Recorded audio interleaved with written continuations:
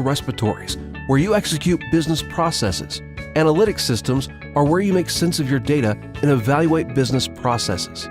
Analysts spend 80% of their time cleaning and preparing data to update routine reports, and only 20% of their time truly brainstorming on the numbers and extracting insight from that data. The result? Less time to ask the right questions about their data, and less time to pull variable insights that can improve your bottom line. At D. Brown Consulting, we have a better approach. We empower you to extract insights from your data at the speed of thought. We employ a curated methodology.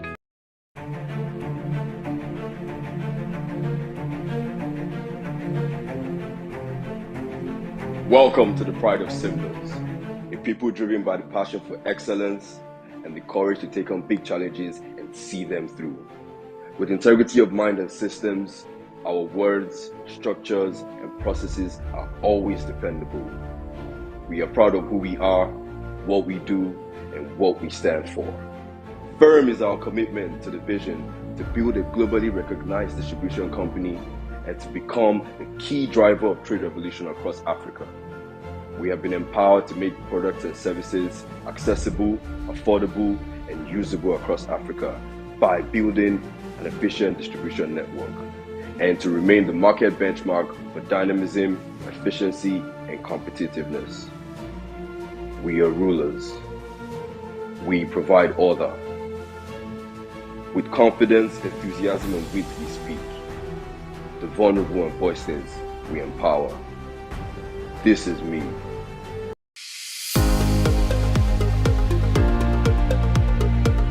You have a learning goal, and we have just one job: to help you achieve it and deliver at your convenience.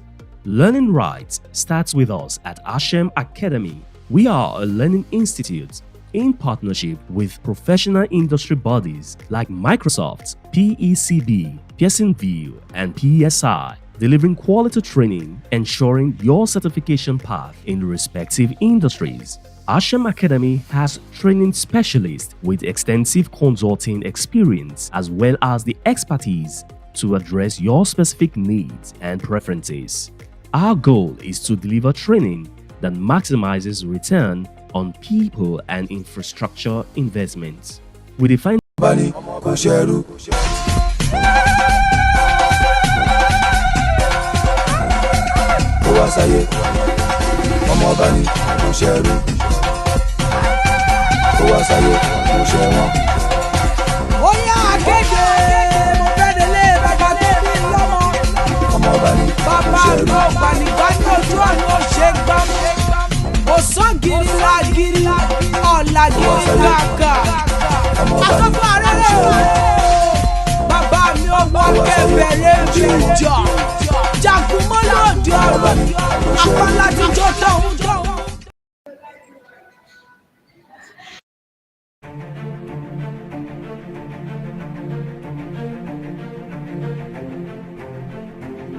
Welcome to the Pride of Symbols, a people driven by the passion for excellence and the courage to take on big challenges and see them through. With integrity of mind and systems, our words, structures, and processes are always dependable. We are proud of who we are, what we do, and what we stand for. Firm is our commitment to the vision to build a globally recognized distribution company and to become the key driver of trade revolution across Africa. We have been empowered to make products and services accessible, affordable, and usable across Africa by building an efficient distribution network, and to remain the market benchmark for dynamism, efficiency, and competitiveness. We are rulers. We provide order. With confidence, enthusiasm, and wit we speak. The vulnerable and voiceless we empower. This is me. This is TD Africa.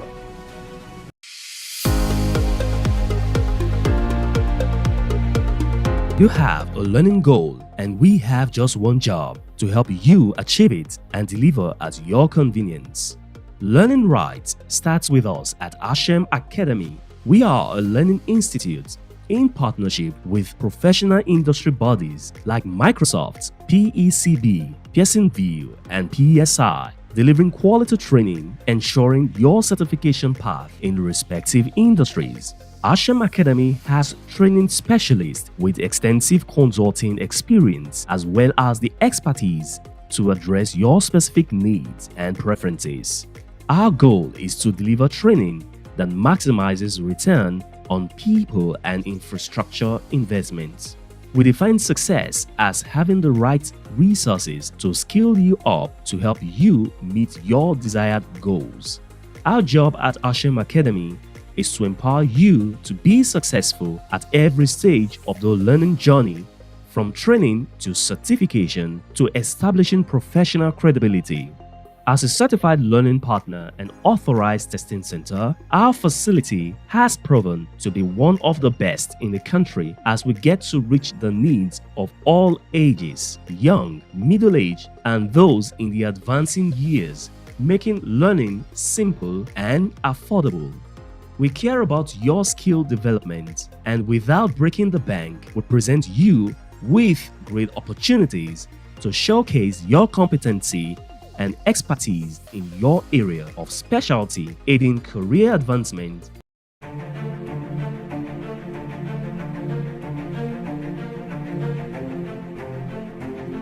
Welcome to the Pride of Symbols, a people driven by the passion for excellence and the courage to take on big challenges and see them through. With integrity of mind and systems, our words, structures, and processes are always dependable. We are proud of who we are, what we do, and what we stand for.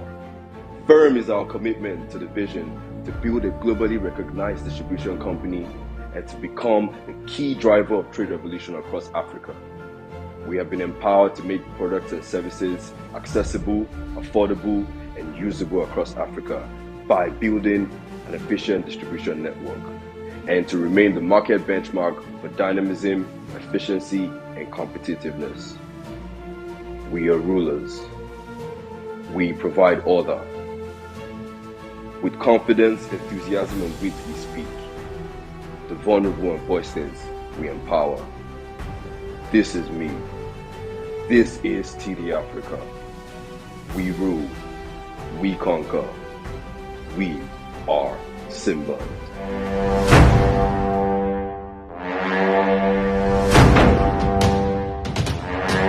Digitization simplifies the way we collect data. Organizations collect data from multiple touchpoints to enable them to make effective, profitable, data-driven decisions. Yet, a lot of data just sits there. Why? Well, organizations operate two systems: operational or transaction systems and analytic systems. Operational systems are data repositories where you execute business processes.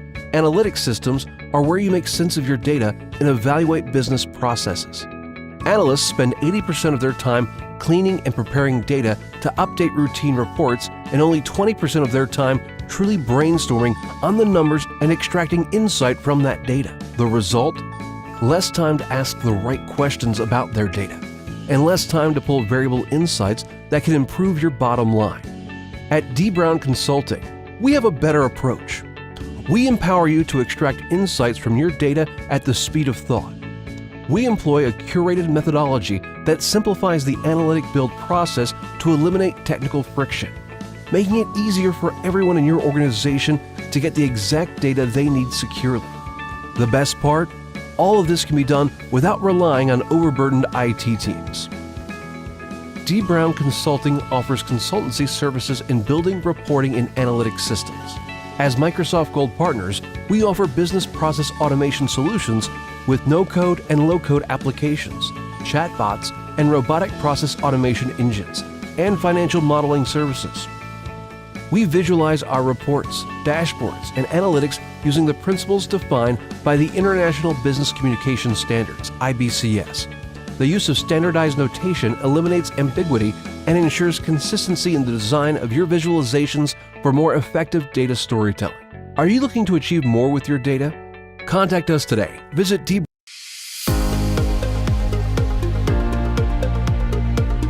You have a learning goal, and we have just one job to help you achieve it and deliver at your convenience.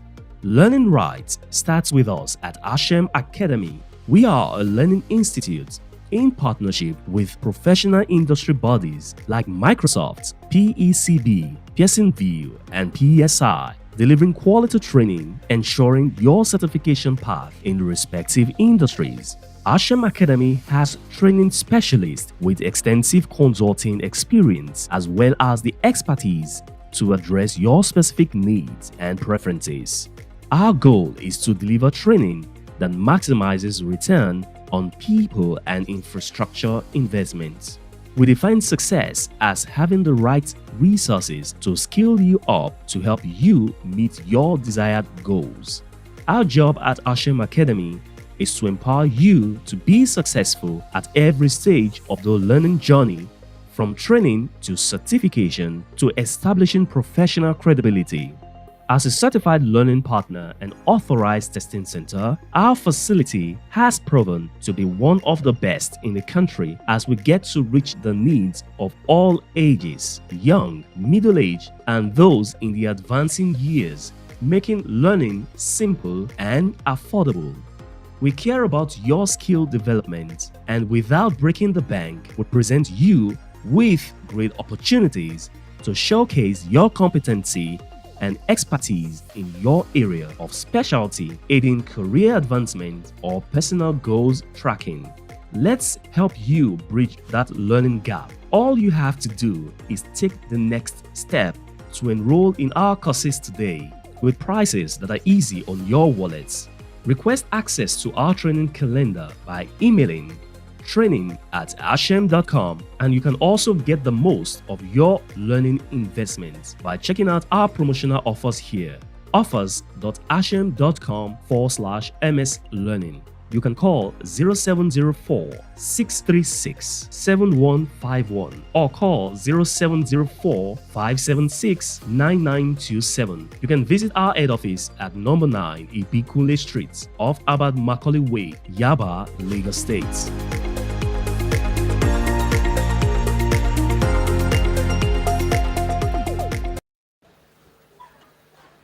Hello.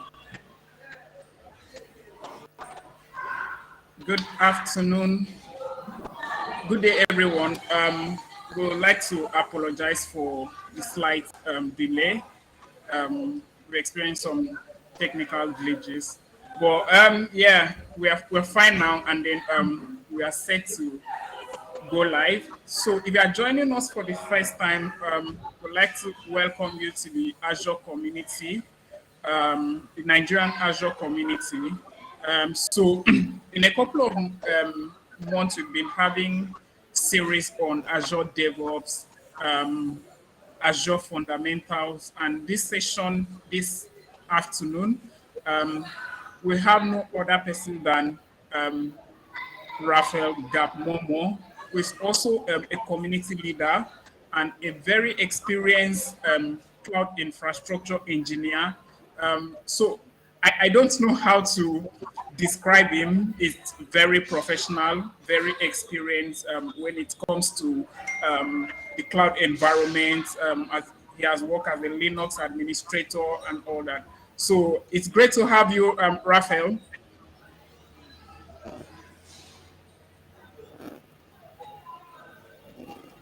Hello, Raphael. Can you hear me?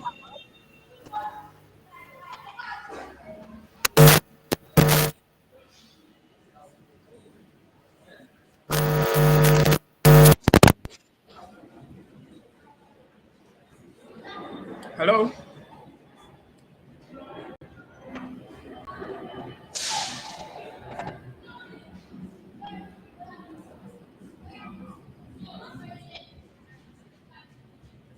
Oh, so I think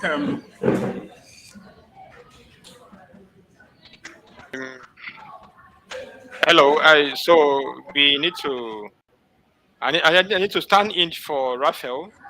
I think there are some glitches at his end. They are not allow him to. They are not allow him to meet up. So let's quickly get over, because we already spent a couple of times trying to fixing.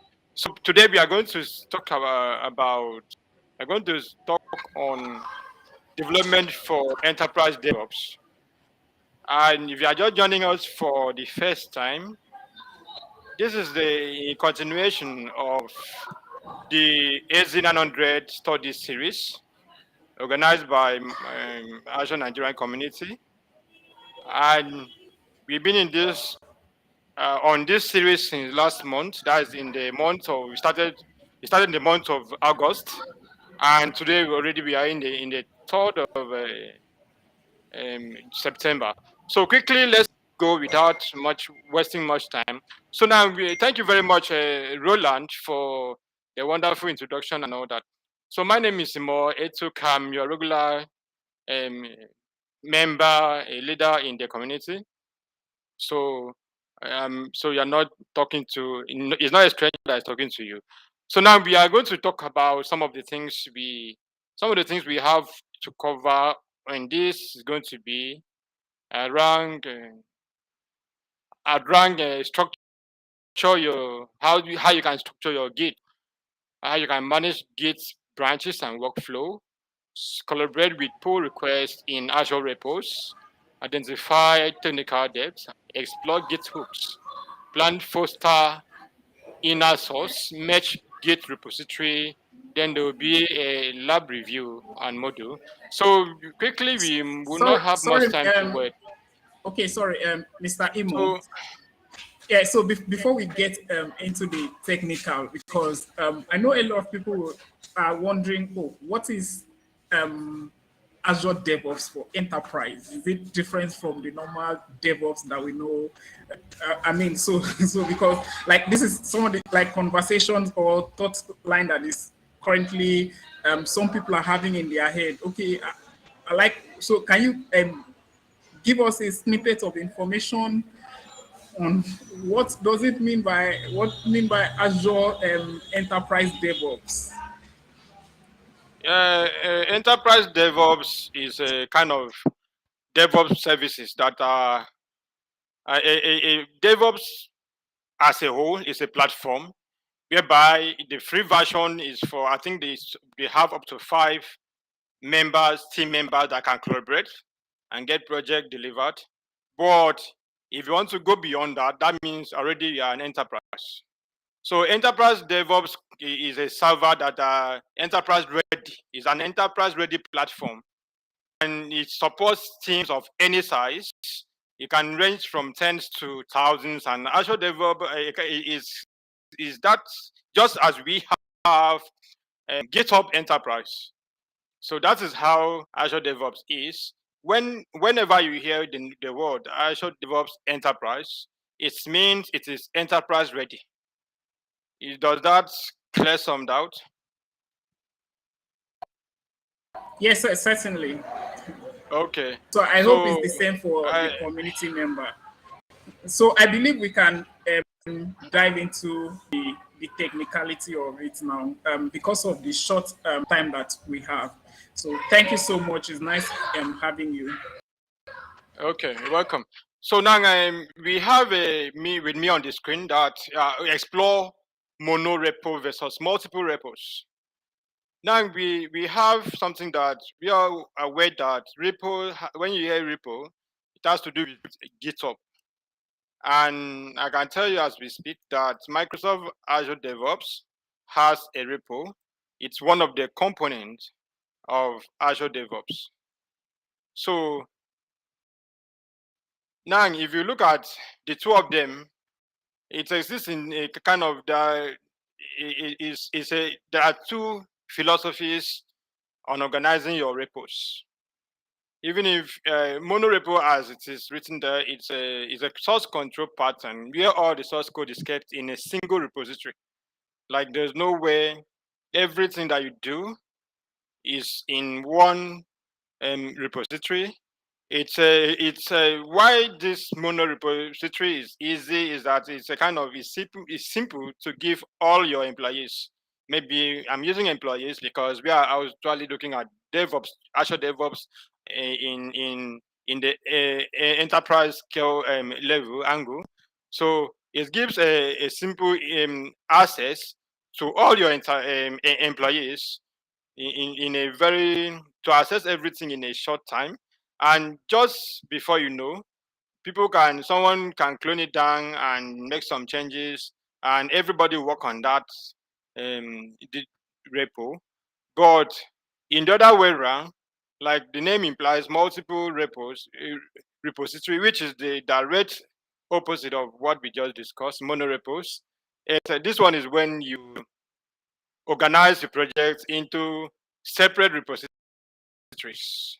Like a repository is a place where, first of all, as it is there, the repository is a place where the history of your work, before now, before the DevOps and before any version control, our repository was our local system whereby you write your code, store in your local disk, and it will store there. And as you can see that the task was too tedious for collaboration. There was no room for collaboration and all that. Then the fundamental difference between the repo and multiple repos boils down to a different about what will allow teams working together on a system to go fastest.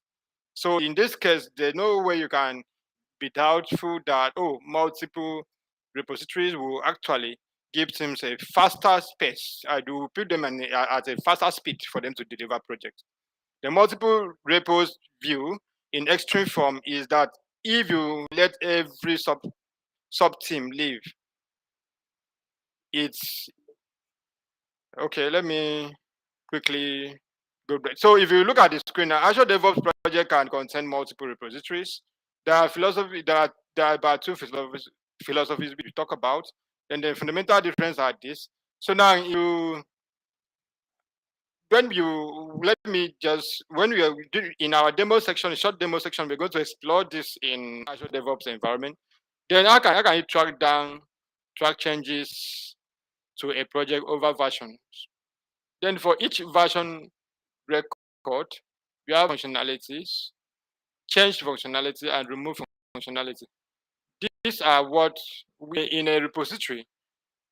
New functionality is like when you pushed a change from your local repository to it, and there's a change for it, and it will change once you update the existing repository. That is, I throw a kind of creating pull request, making a pull request, and it is merged.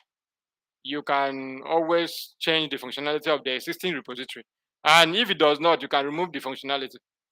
So preference is to always avoid dumping logs entries into a change log. Logs are noisy, and so it's easy to generate a mess that is not helpful.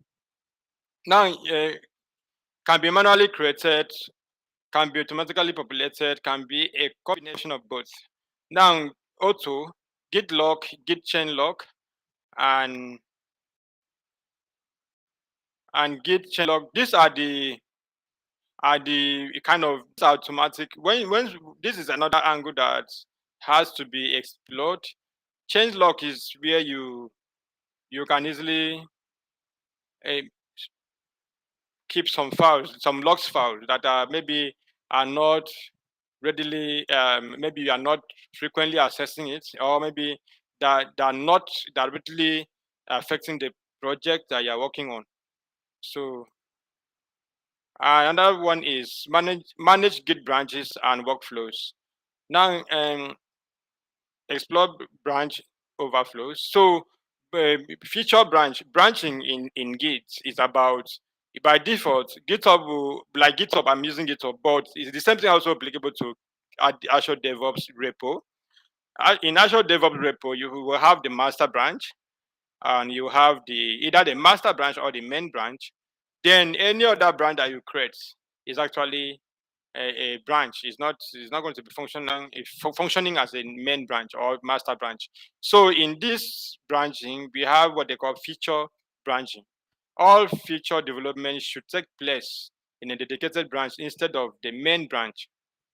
The reason why when you hear the word feature, when something is being featured, it means that thing is actually trending. It is where, in terms of Azure Repo, feature branching is where your active team are working on a current project.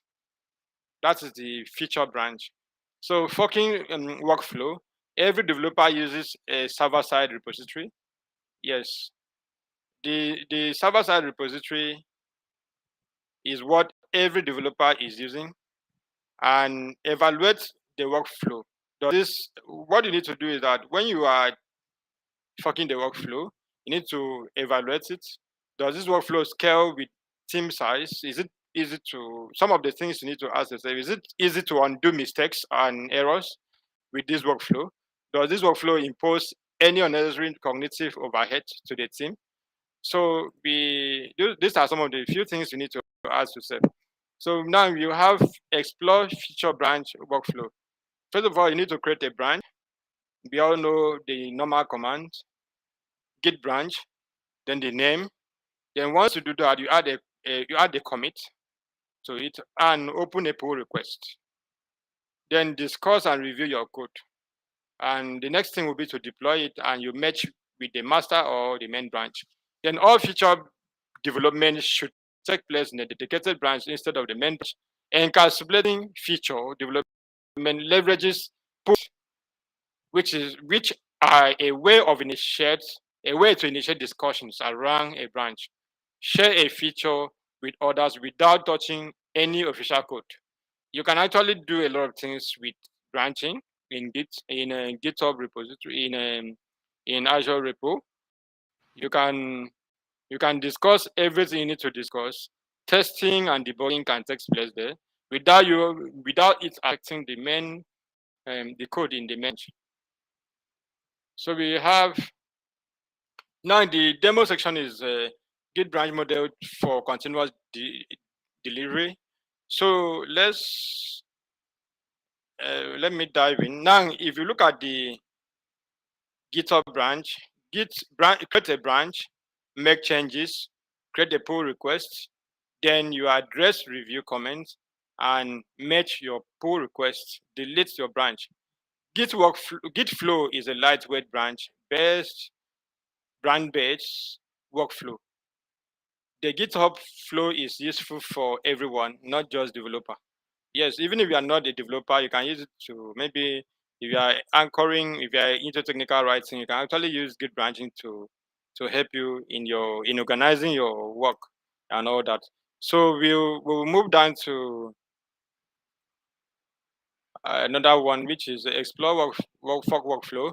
So forking workflow gives every developer their own server-side repository. Once you fork a workflow out of the main branch, you are directly working. You have a kind of been given your own server. Whatever you do there will remain in that branch. So anyone that forks that branch will always work with a separate server on his own. Then each contributor has not one but two Git repositories, a private local one and a public server-side one. Most often seen in public open source projects, contributions can be integrated without the need for everybody to push to a single central repository. That is one of the advantages of version control. Everybody, you can push several things, but all of them will go without the need for everybody to. Yes, you may not push it to a single repository because it is a distributed version control. That is why GitHub has remained one of the most powerful version control among all the version control out there. So fork repository use the standard git clone command. Then lesson 3, we talked about collaborate with pull requests in Azure repos.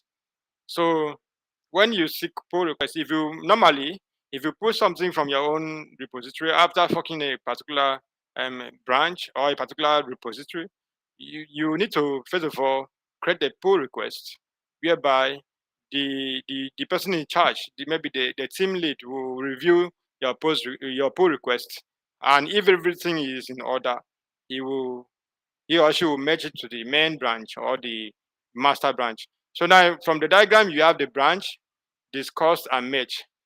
Developed features on a branch and create a pull request to get change review. Then you discuss this and approve code changes related to pull requests, to the pull request. Now merge the branch with the click of a button. It's not something that is hard. You just click a button and it got merged. So pull request lets you tell others about changes. Collaboration using the shared repository model, review and merge your code in a single collaborative process. Be sure to provide good feedback and protect branches with policies. Most time the policies are necessary because if not, there could be some accidental, if there's any accidental deletion or modification, it will alter the main work that you need to work on. So we have this.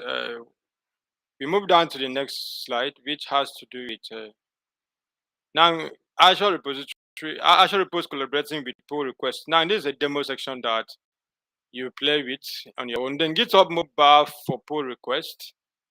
App can render breakdown. App can render markdown images and PDF files. Just as we now manage pull requests directly within the app. Comments can be added, including using emoji shortcodes. So there are a lot of things you can do with GitHub Bow. I think this is, you can actually download it. It's available on Play Store and Google Play Store and App Store for iOS users and all that. So identify technical debt. Yeah, we talked about technical debt as it is, as a developer or as a DevOps engineer. If you look at it, examine code quality, short deadlines, a lack of coding standards, and poor technical skills can lead to code that is not clear and readable, that is not also maintainable, not documented, and it is not also extensible, efficient, or secure. So one of the things is you need to consider, as even as a developer and as a DevOps engineer, you need to consider the code quality, if it's maintainable and if it's also clear and readable. And even if they are, all these things are in place, are they documented? Can they be reused in terms of being for future purpose? So is it something that someone who does not even directly involved in the project but has the knowledge about how structure of software development lifecycle should be can easily understand it and all that? So those are the things you need to consider to reduce technical debt. If you examine complexity and quality metrics, a few of the most important complexity related metrics are program vocabulary, calculated program length, volume, difficulty, and effort. So these are one of the things you need to do. Technical debt is simply when you have a lot of clustered project environment whereby it's not, the codes are not qualitative enough.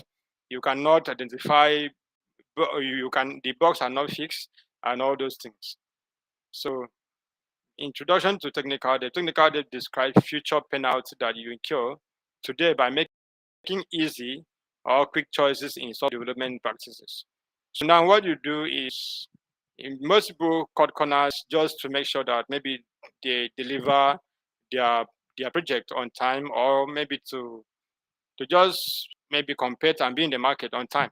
Not forgetting that any code that is developed in a rush will incur some debts in the future, and that is not well. That does not well in terms of DevOps best practices.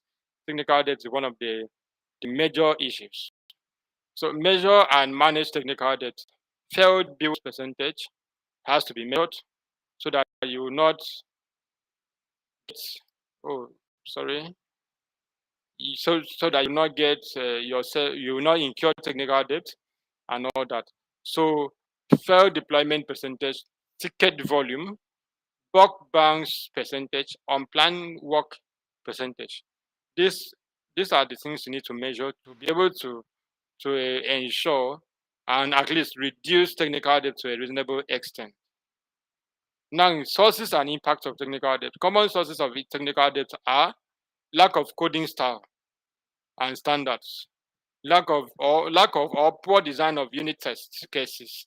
Now, all these things are what we should be in mind as developers or as DevOps engineer, that anything that does not have standards, even if it's not in the software development field, we can even as professional in the IT field or in the IT industry should know that, okay, if you are dealing with, if you say, okay, you're professional, you are dealing with something, you have to be very professional. You have to follow some level of standards, and there should be some star that you put in place. Lack of or poor design of then testing in coding in a kind of software development is very, very key. A lot of people don't put that into consideration, but when you don't test from the continuous integration stage, maybe you're leaving everything to the continuous deployment stage, you are going to face a lot of technical debt. Ignoring or not understanding object orient design principles is very, very also important. And also monolithic classes and code libraries. In anything you do, you have to there are some deployment best practices that has to come in place. You have to put in place some containerized solutions and microservices to avoid monolithic cases, classes, and code libraries and all that.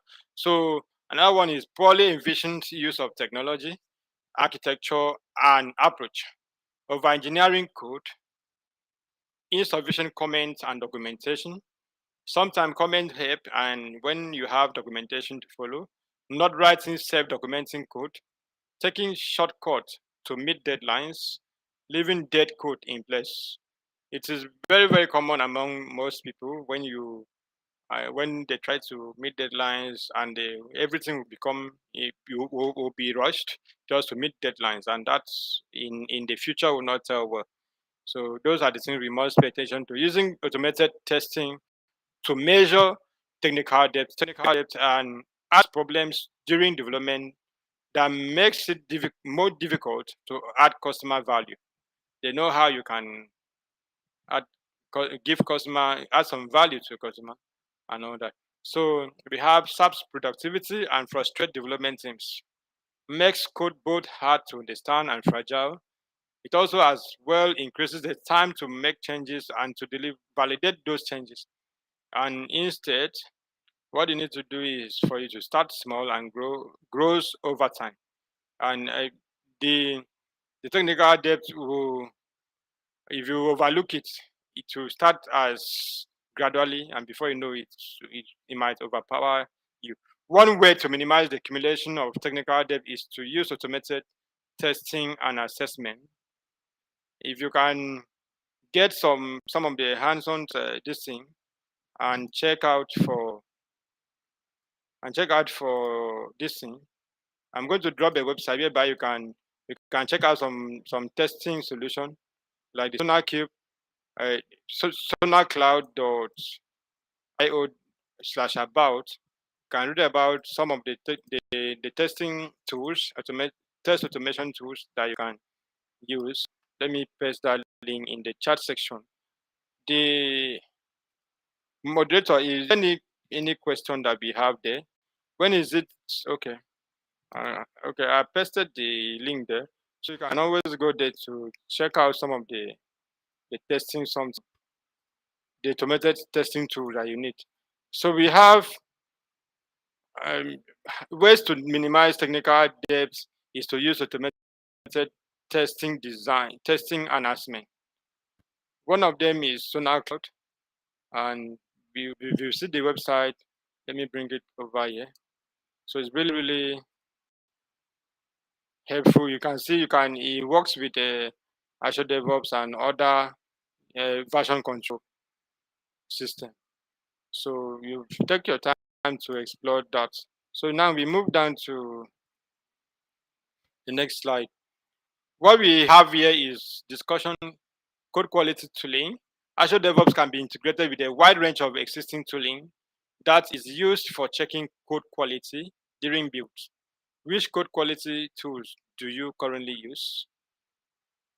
Yes. So what do you or don't you like about the tools? So these are some of the survey questions that you can ask yourself and answer when you are ready. So we have this other one, measure and manage technical debt.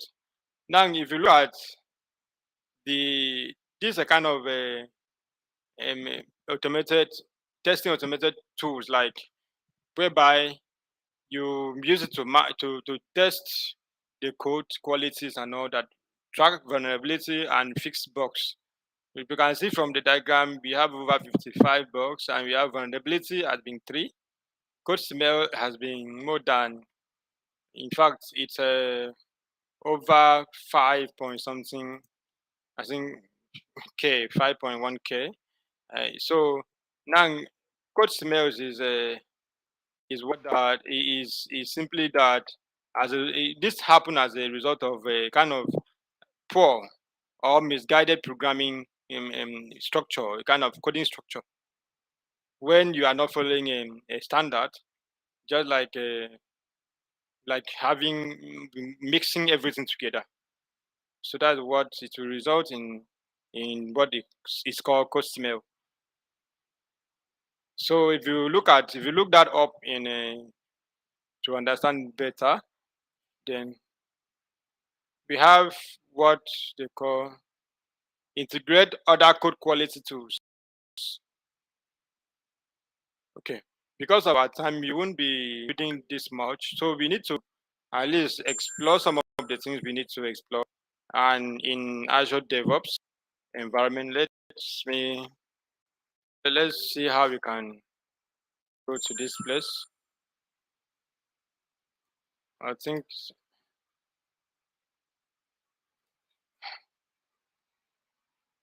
so. We have. I'm going to dev.azure.com. So now, let's see that open up. I'm trying to access the Azure DevOps environment, but for a kind of, let me zoom in my screen. This Azure DevOps environment, you can start free if you do not have, if you do not already have an account with Azure DevOps. Mind you, before you can do anything, I think it's tied to Azure subscription. You can as well access Azure DevOps directly from the Azure portal. So here I'm going to maybe sign in. See from the Azure portal, if it's for Azure DevOps, you see it coming out. So you can explore it from there. Then we talked about GitHub branching and all that. Let's quickly just see how that works. So we get to at least have some levels of understanding in terms of what GitHub branching is all about for new people that join newcomers. Is okay. Let me sign in. Um,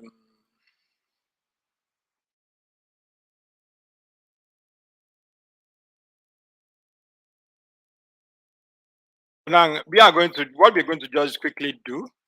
We are going to, if you are with me, get to a kind of create what is called. Let's create a folder on my screen. I'm going to create a folder. I'll call it git/demo. Can use simulator or git/demo. Now I have this folder here. You can see my folder is empty. We have a folder here. So the first thing we are going to do, if you have a Git bash installed or you have a terminal, you can use it. You can use the VS Code, a terminal in VS Code, or you can even use. Okay, I think it works with even ordinary default. What's it called? Default command prompt on your Windows operating system. So if you are using a MacBook, you can always get away with. Let me validate my login to GitHub with a code. So that is so now while on the Azure portal, you can get to this place and say Azure DevOps. There's no two ways about. We now have Azure DevOps organization. That's what you can access here. So this place, every that you must have an organization, must be created under organization. And in an Azure DevOps environment, you can have as many organizations as created. I think the limitation when it is free, the free version. Let me get that information right. Number of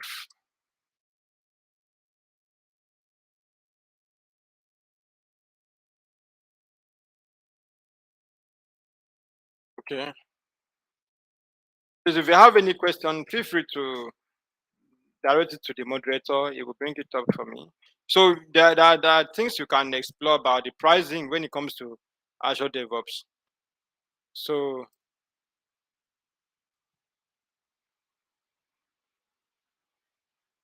these are the pages that we need to explore to get to know what this free version covers, because the most important thing is about you understanding the cost of it. We have Azure DevOps server that we are going to build an enterprise scale level of a DevOps project.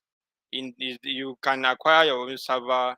That's where this development for enterprise DevOps comes in. Then you can see that the free version, individual services. Now you can start one free Microsoft hosted CI/CD and one free self-hosted CI/CD. So now, if you look at it from here, which you can always go back to it, look at what the charges are there. Then look at the one that has to do with user licenses. We have the basic test plans and basic plan. So this is how you can explore that. So every project in Azure DevOps must be in an. So that's what you need to know. Note. So I have signed into my GitHub. I'm going to go to. Okay, let me go back home. So now I have created that local repository. What I'm going to do is that I'm going to also create a repository in this place. Under here, I can create, let's say, it might be the same name or it might not be. So this is coming up, AZ400 demo. So we have this. So the same thing on Azure DevOps. So now what did they say? We have made it easy. Okay, let me think about this. So in this place, I'm going to specify my project name to be AZ400 demo project, demo pro. So I have that. I can decide to put description, and I'll make this project private because I'm not sharing with anybody. It's any external person collaborator. So this place now, you see, is Git. That is the default version control. Then the work item, you normally select the basic, leave it at basic. So when you create the project, that is when you have access to Azure repo. And Azure repo, as the name implies, is just like you having a GitHub repository. Look at it here in this place. Inside this GitHub repo, you can take your time to explore it when you have access to this. See, look at just as you will clone a repository. Let me quickly, I'm putting this one as private as well. I can decide to add this README. It's always important to add README. Then the license I usually use is the standard is MIT license. Then you see that this branch is a main branch, but normally, if you are going to, if you look at this one, on your local system, the branches that will come up there is master. So for you to avoid all those mesh conflicts, most time I advise people just go to this place, rename this branch to master, so that you will not have to be battling with mesh conflict, because if mesh conflict wants to throw you off balance, it will mess you up a big time. So if I refresh this place, the default branch, I'm going to repeat that because it's going to replace what I type demo. So I have that. I'm make it private again. Okay, let me just leave it at public. Then add readme. Git ignore depending on the text editor you are using. I'm using Visual Studio. I can select the MIT license. The Git ignore will help you to will help you to add up all the Jones files that are not directly relevant to your project. So that's what Git ignore does. Then instead of clustering your repository with unnecessary Jones files, so you now see the default branch has been changed to masters to master. The reason why I'm changing that is on your system. If you check the head of your of where your when we explore this, you see that the default branch on this GitHub Git bash is master. It will detect as master. So we have created this. Now, if you go to this GitHub Azure DevOps, we have this link. Just as if you go to this place, you can clone this. It is the same way you clone this particular place, this particular repository link. Now, if you want to clone it, if you go to that folder that we created, navigate to the folder. Let's say cd into desktop, because I actually put that in desktop. Now, when you have the desktop, the folder name is cd into git demo folder. So we are there now. If you git clone it, just as we were told in the other place, you need to git clone this. Note, we are cloning this directly from Azure repo. So we will git clone this. Now that is being done.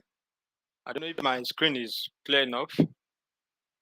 So when that is done, if we want to, okay, let's say we want to just deploy a simple website, maybe that let's see something that we can deploy. So that is still being cloned. Oh, okay. Why it's taking time is I didn't supply my credentials. This is the first time of me trying to use that.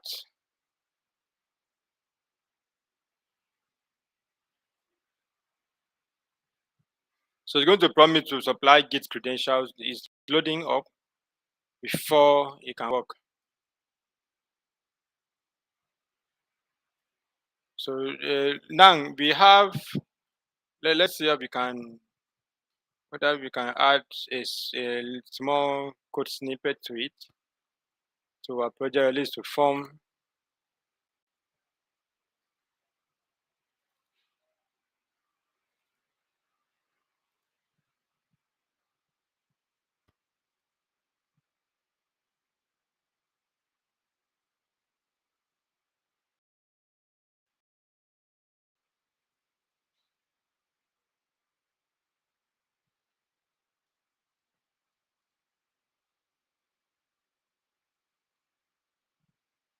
So okay, let's see what failed to. Okay, now I'm going to first of all configure my own Git credentials. Apologies, I didn't configure that. So I will configure that with this particular interface. So first of all, I will say git config, because this is my first time of using this git bash after the first installation. I need to configure the global credentials. My username will come here. More web is my username on GitHub. So now I will enter the git config. Let me expand this so you can as well and get along with me. Dash global user dot email, my email that I use on my GitHub. No, on, yes, let me do that. Once I configure for GitHub, I think it will work for Azure repo as well. So yahoo.com. And let's see what happens. Does it work? Something. If you want to set a default editor, let's see what this will give us. Dash global put core.editor.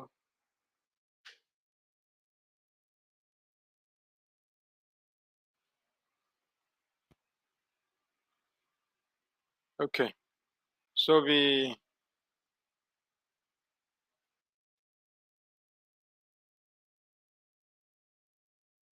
let's see what this one is.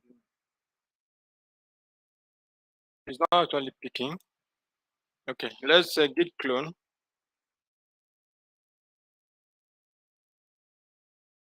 Or paste the repository.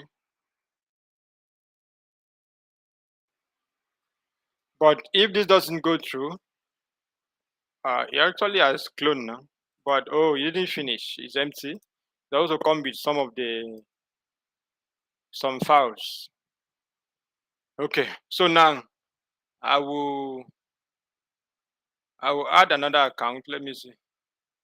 Okay, I can actually use this one that I'm using for my GitHub, for my Azure DevOps. You appear to have cloned them.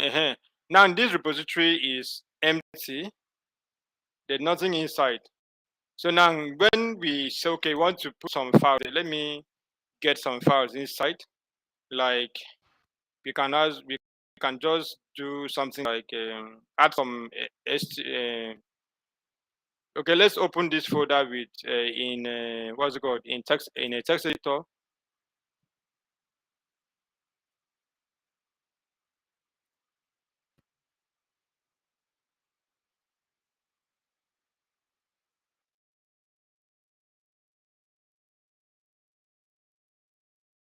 We'll cd into that. We're already in the folder. Let's cd into. We are there already. Because there's a folder that comes with this, and which is this.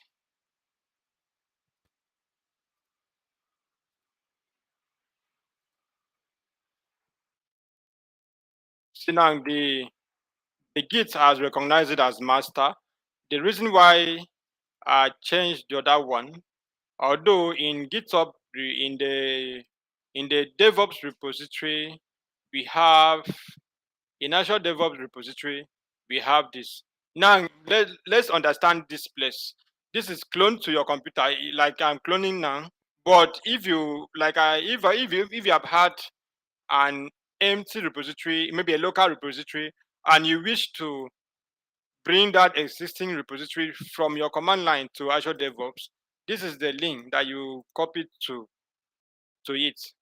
You understand? This is like normal GitHub command whereby you have git remote, you add this remote origin readily. Then the next thing will be to push the origin and all. So now another one is that you can actually import a repository from GitHub directly. Or yes, GitHub directly. Then you add the link to clone here. Normally, if you add it here, you first of all need to create a password or path for your GitHub. Like how do you create the path? These are authentication method that you need. You come to setting and go to developer setting. Let's see, developer setting. Here you can create personal access token that we will use to supply in that place. If I say, okay, let me generate new token and call it Azure Rep what is the time? Okay, almost our time will soon run up. Azure repo. So these are what you can actually, let's see, repo. All these ones are by default. I mean, just select some of the credential that you need, then generate token. If I generate this token now, I will, where is it? Okay, let me see.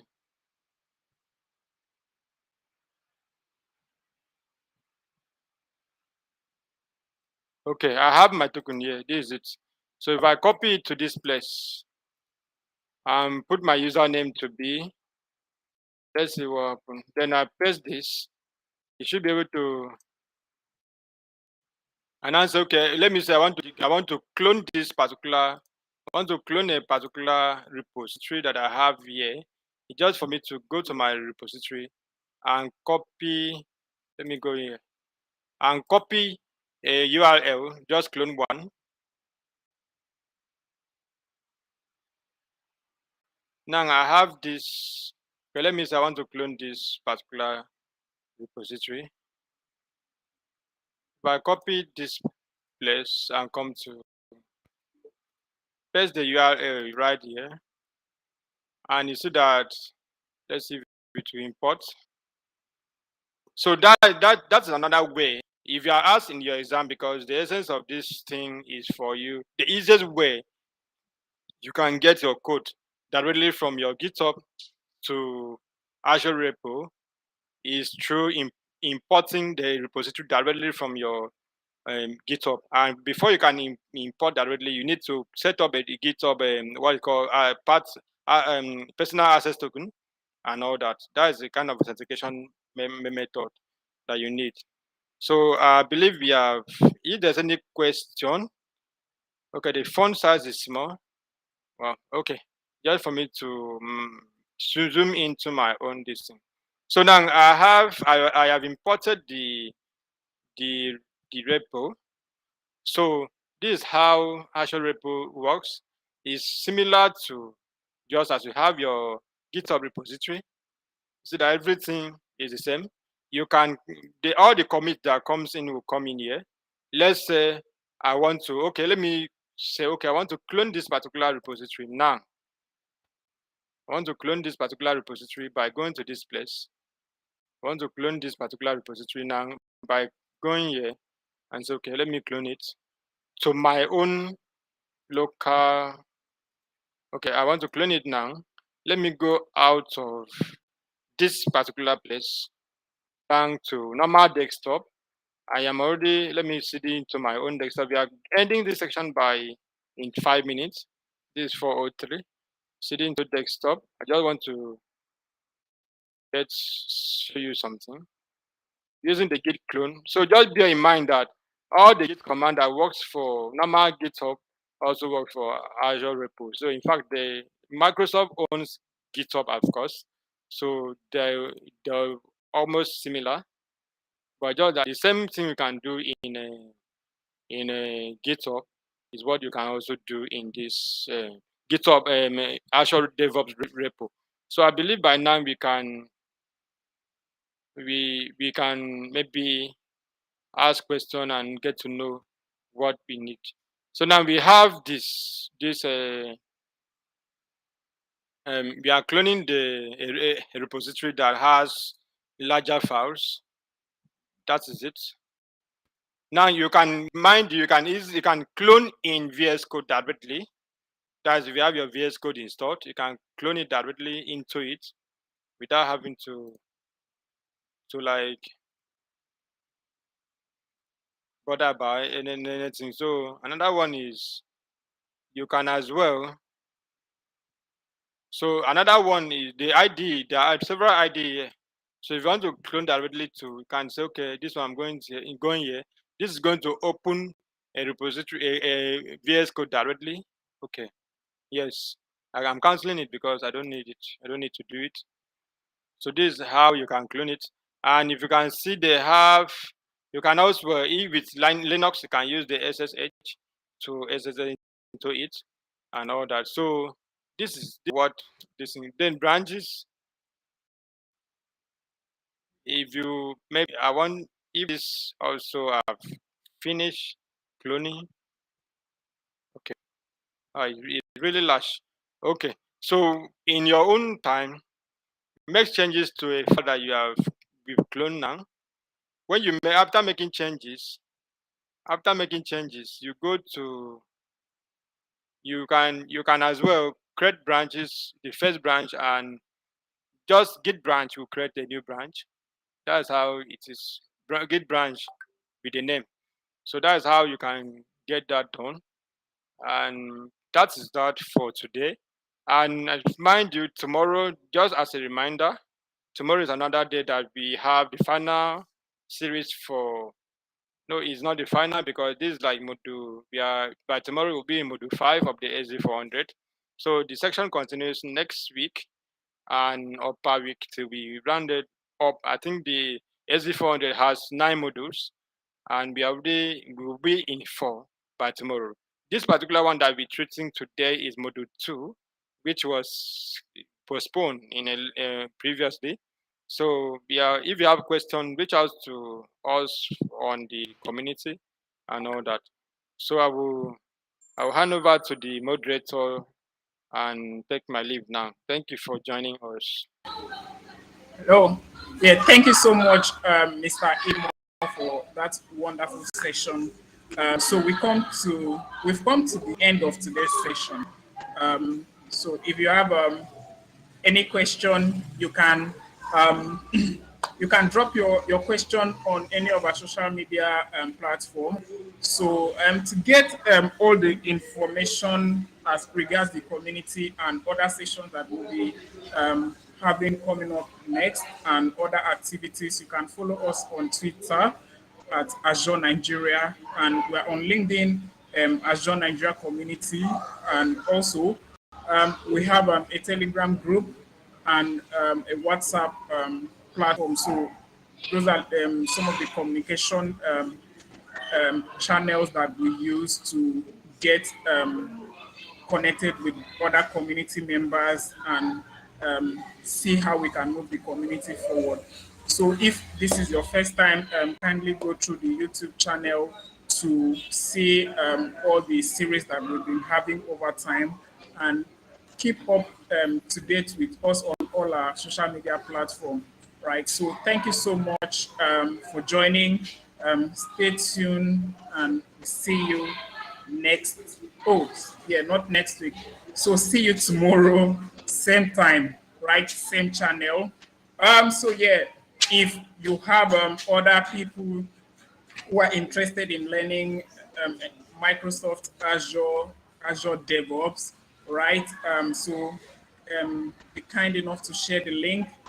We have um, a lot of information and resources to share with them. One of the things that we want to do in this community is to empower as many people, right, to understand the opportunities available in the cloud and DevOps environment, right? And so that's one of the reasons why we are putting up week in, week out series on different topics, right? So just to keep you engaged, keep your spirit liberated. Okay, so thank you. My name is Joseph Roland, and we get to catch up some other time, right? Bye.